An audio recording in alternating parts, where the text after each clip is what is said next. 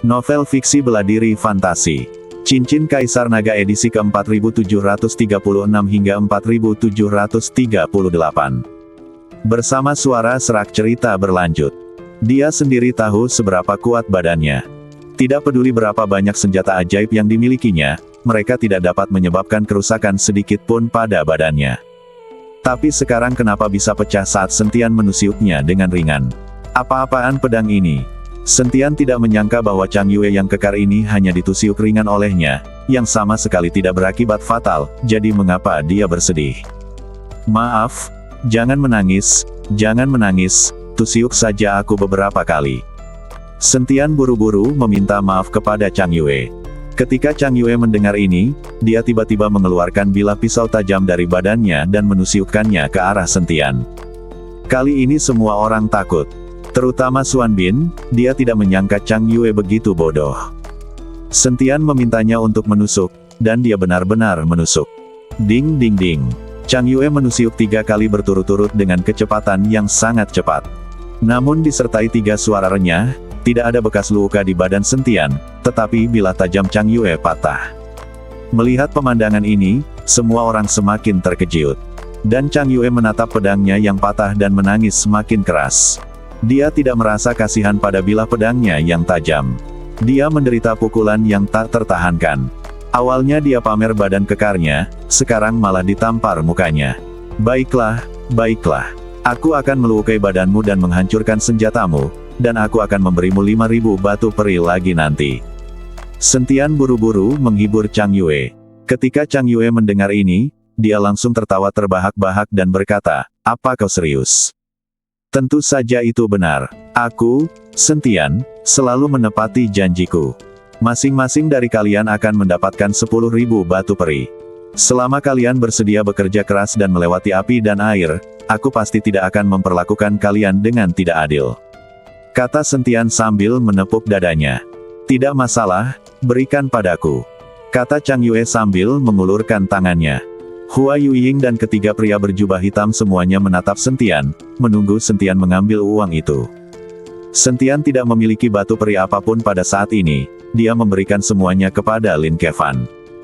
Namun, melihat ekspresi beberapa orang, Sentian menatap Lin Kevan dan berkata, "Paman keempat, keluarkan batu peri itu, aku akan membaginya dengan mereka." "Tidak, ini untukku." Lin Kevan buru-buru menutupi tas penyimpanannya. "Jangan pelit. Tunggu aku meminta seseorang mengantarkannya kepadamu, lalu aku akan mengembalikannya kepadamu. Kamu memperlakukan ratusan ribu batu peri sebagai harta karun." Sentian menyambar tas penyimpanan dan mulai membagikan batu peri kepada beberapa orang. Lin Kevan masih ingin merebutnya, tetapi ketika dia berpikir tentang betapa hebatnya Sentian dan bahwa dia memiliki tambang batu peri, dia tahu bahwa jika dia mengikuti Sentian di masa depan, dia pasti tidak akan diperlakukan tidak adil. Terlebih lagi, kedua orang itu memiliki lapisan hubungan lain. Sentian dapat menipu siapapun kecuali dirinya sendiri. Berikan semuanya kepada mereka. Kita adalah keluarga, apa yang menjadi milikku adalah milikmu dan apa yang menjadi milikmu adalah milikku. Kata Lin Kevan dengan murah hati. Sial, hentikan. Kakakmu dan aku adalah keluarga. Barang-barangku boleh jadi milik kakakmu, tetapi tidak akan pernah menjadi milikmu. Tidak banyak, sama saja. Lin Kevan tersenyum dan menepuk bahu Sentian. Ketika beberapa orang melihat hubungan antara Sentian dan Lin Kevan, mereka menjadi lebih bertekad untuk mengikuti Sentian. Mulai sekarang, Sentian akan menjadi menantu Kota Matahari dan Bulan, dan Kota Matahari dan Bulan adalah salah satu yang terbaik di seluruh surga dan dunia manusia. Tuan Sen, bolehkah kami pergi ke Kota Matahari dan Bulan bersama Anda? Akan lebih baik jika kami selalu berada di sisi Tuan Sen dan melindungi kami. Xuan Bin bertanya kepada Sentian. Sentian sekarang adalah dewa kekayaan mereka. Jika orang-orang ini ingin menerobos ke alam abadi, mereka harus bergantung pada Sentian, jadi Sentian tidak boleh membuat kesalahan. Tidak, Kota Matahari dan Bulan kami tidak mengizinkan orang luar masuk. Sebelum Sentian sempat berbicara, Lin Kevan sudah lebih dulu tidak setuju. Ayahnya pasti marah dengan begitu banyak orang asing yang pergi ke Kota Matahari dan Bulan. Siapa bilang mereka orang luar? Mereka semua sekarang adalah orang-orangku, mengapa mereka tidak bisa pergi ke kota matahari dan bulan? Jika mereka tidak bisa pergi, maka aku juga tidak akan pergi. Setelah Sentian selesai berbicara, dia berbalik dan hendak pergi. Melihat ini, Lin Kevan buru-buru menghentikan Sentian dan berkata, "Baiklah, ayo pergi." Sentian kemudian tersenyum tipis, dan semua orang langsung menuju ke kota matahari dan bulan. Kota matahari dan bulan. Sentian mengikuti Lin Kevan ke aula istana, dan semua orang diatur oleh Lin Kevan ke tempat lain. Lagi pula, dia membawa Sentian untuk mengikuti ayahnya untuk meminta maaf. Jika dia membawa Hyun Bin dan yang lainnya, perkelahian mungkin akan terjadi. "Kaisar Lin, kamu harus tetap tenang. Kamu bisa memberinya pelajaran, tetapi jangan terlalu kasar dan memukulinya sampai mati." Pendeta Tao Huji membujuk Lin Chong. "Jangan khawatir, Pendeta Tao. Aku pasti akan mengampuni nyawanya. Namun, aku juga akan memberinya pelajaran dan membuatnya terbaring di tempat tidur selama 8 atau 10 tahun. Lin Chong berkata dengan marah. "Baguslah, ampuni saja nyawanya," kata Pendeta Tao Huji, lalu berbalik dan pergi. Dia tahu akan sangat memalukan jika dia ada di sini. Taois Huji baru saja pergi ketika Sentian mengikuti Lin Kevan masuk. "Ayah, aku membawa Sentian ke sini, dan aku juga mengetahui sesuatu tentangnya." Saat itu, Sentian tidak tahu identitas kakak tertuaku, jadi dia memukulnya. Sekarang dia tahu, jadi dia datang kepadaku untuk meminta maaf. Lin Kevan buru-buru memuji Sentian.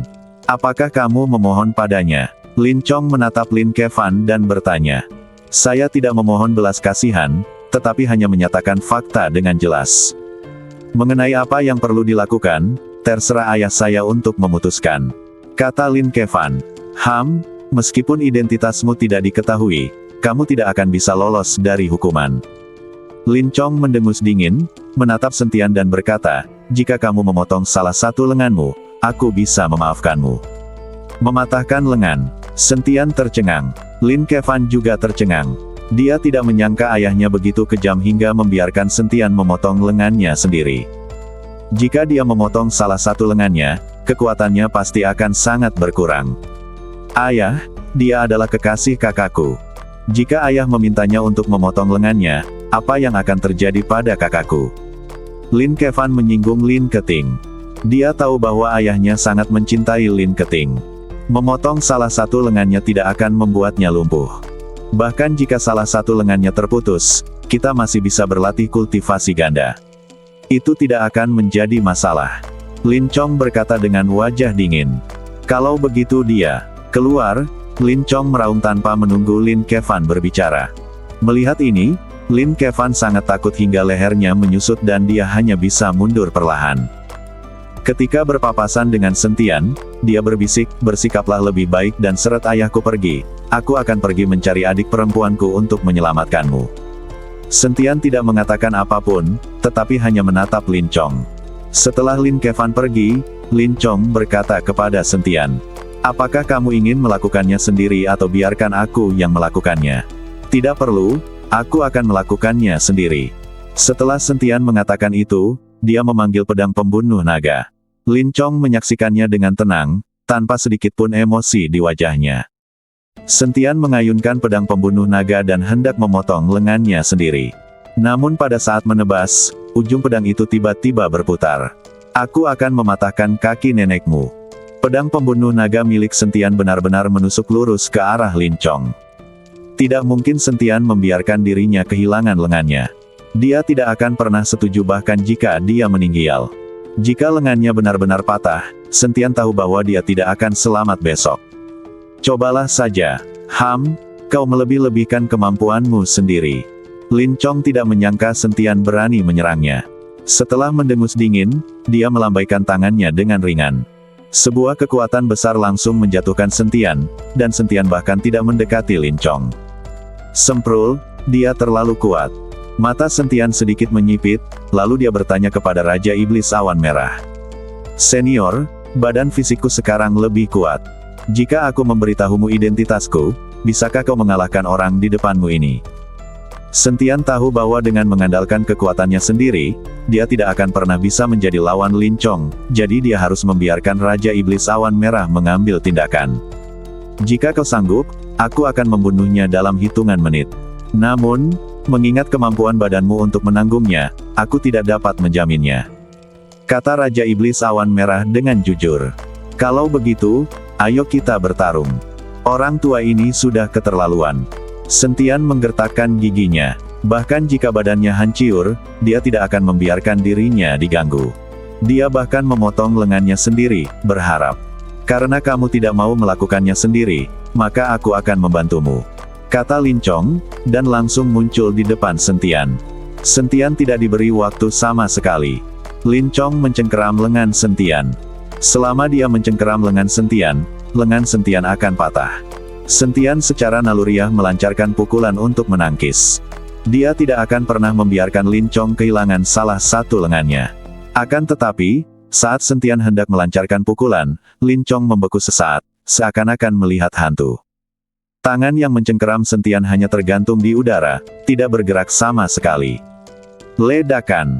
Sentian meninju Lin Chong, menyebabkan dia mundur 3 langkah.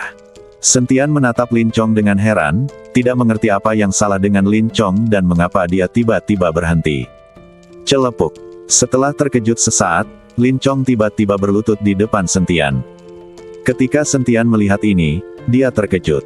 Tidak peduli apa, Lin Chong adalah ayah mertuanya, jadi mengapa dia tiba-tiba berlutut padanya. Saya Lin Chong, bawahan Anda, dan saya di sini untuk memberi hormat kepada kepala istana. Lin Chong langsung bersujud kepada Sentian. Sentian tertegun sejenak, lalu langsung bereaksi dan melihat cincin Tianlong di tangannya. Apakah kamu juga salah satu anggota istana Tianlong? Sentian bertanya pada Lin Chong. Ya, saya juga salah satu anggota geng istana Tianlong. Saya tidak tahu apakah saya telah menyinggung Anda tadi, Tuan Kepala Istana. Mohon maafkan saya. Lin Chong berlutut di tanah, badannya masih sedikit gemetar. Ketidaktahuan bukanlah kejahatan, cepatlah berdiri. Sentian buru-buru membantu Lin Chong berdiri. Sentian sangat gembira saat ini. Dia tidak menyangka bahwa kota matahari dan bulan akan menjadi miliknya. Tuan Istana, silakan duduk. Saya akan segera membuatkan teh untuk Anda. Lin Chong mempersilakan Sentian duduk di singgasananya, lalu secara pribadi membuatkan teh untuk Sentian. Jangan panggil aku kepala istana lagi. Aku tidak ingin ada yang tahu identitasku. Panggil saja aku dengan namaku. Sentian tidak ingin ada yang tahu bahwa dia adalah kepala istana dari istana Tianlong. Tidak usah, aku panggil saja Tuan Sen. Lin Chong tidak berani memanggil Sentian dengan namanya. Terserah kamu. Sentian mengangguk, melihat ke arah istana yang megah, lalu bertanya, biar aku tanya, seberapa kuat kota matahari dan bulan milikmu di seluruh alam surga dan manusia? Bisakah kamu menghadapi 10 istana? Sekarang 10 istana mencari masalah dengan Sentian, dan Sentian sudah lama ingin menghancurkan 10 istana. Berurusan dengan 10 istana masih mudah, tetapi di balik 10 istana adalah kuil, dan di belakang kuil adalah seluruh klan dewa, jadi jika kita ingin berurusan dengan kuil, kekuatan kota Mun saya akan terlalu lemah. Jika kita menghancurkan 10 istana, diperkirakan akan sulit bagi kuil untuk mengirim orang untuk campur tangan. Setelah mendengar ini, Sentian tertawa dalam hati. Dengan cara ini, dia akan dapat berjalan menyamping di dunia surga dan manusia di masa depan tanpa harus takut apapun. Ngomong-ngomong, ada banyak orang dari alam surga yang terjebak di dunia surga dan manusia ini. Seberapa kuat mereka dibandingkan denganmu? Tanya Sentian. Para dewa abadi dari alam surga itu telah terperangkap di alam surga. Kekuatan mereka telah ditekan atau bahkan menurun, dan mereka tidak dapat berlatih selama ribuan tahun. Dibandingkan dengan mereka, aku secara alami tidak takut. Taois Wuji dulunya adalah seorang dewa abadi dari alam surga. Jika dia tidak berada di kota matahari dan bulan milikku, kekuatannya akan sangat menurun. Namun, formasi besar langit dan bumi baru-baru ini telah bergerak. Begitu formasi besar langit dan bumi hancur, orang-orang dari alam surga ini akan memulihkan kekuatan mereka dan kembali ke alam surga. Pada saat itu, aku tidak akan menjadi lawan mereka. Kata Lin Chong. Bersambung.